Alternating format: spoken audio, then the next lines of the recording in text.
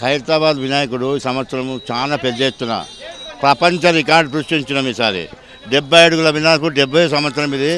ఇప్పుడు వరకు మనం ఖైరతాబాద్లో ఇలాంటి విగ్రహం తయారు చేయలేదు. సప్తముఖాలు 7 ముఖాలు 14 చేతులతో, ఒకవైపు బలరాముడు, ఒకవైపు రావుకేతు, ఒకవైపు శ్రీనివాస కళ్యాణము, ఒకవైపు శివపార్వతుల కళ్యాణం. ఇట్లాంటి కాన్సెప్ట్ మనం ఖైరతాబాద్లో 69 సంవత్సరాలు ఎప్పుడు చేయలేదు. భారీ ఎత్తున గణనాథులు. ఈ గణనాథుని కూడా 7వ తారీఖు రోజు రాష్ట్ర ముఖ్యమంత్రి మరియు గవర్నర్ ఆయన తొలి పూజ ఉంటుంది. దాని తర్వాత భక్తులకు ఇక్కడ దర్శనానికి ఏర్పాటు చేస్తాము.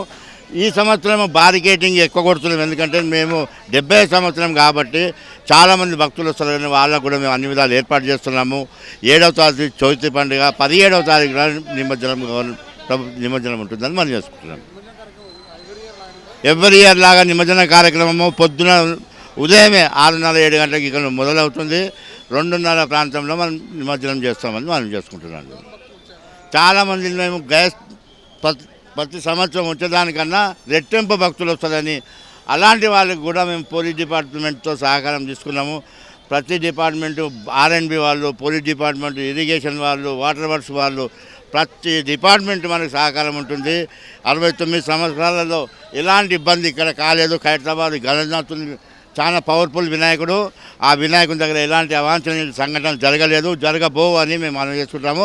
అందరూ వచ్చి ప్రశాంతంగా దర్శనం చేసుకోవచ్చు అని మనం చేసుకుంటున్నాం. ముఖ్యమంత్రి గారు ఉదయం 6 గంటల 11 o'clock వస్తున్నారు. గవర్నర్ గారు కూడా 3 గంటలకు టైం ఇచ్చారు మాకు నిన్న.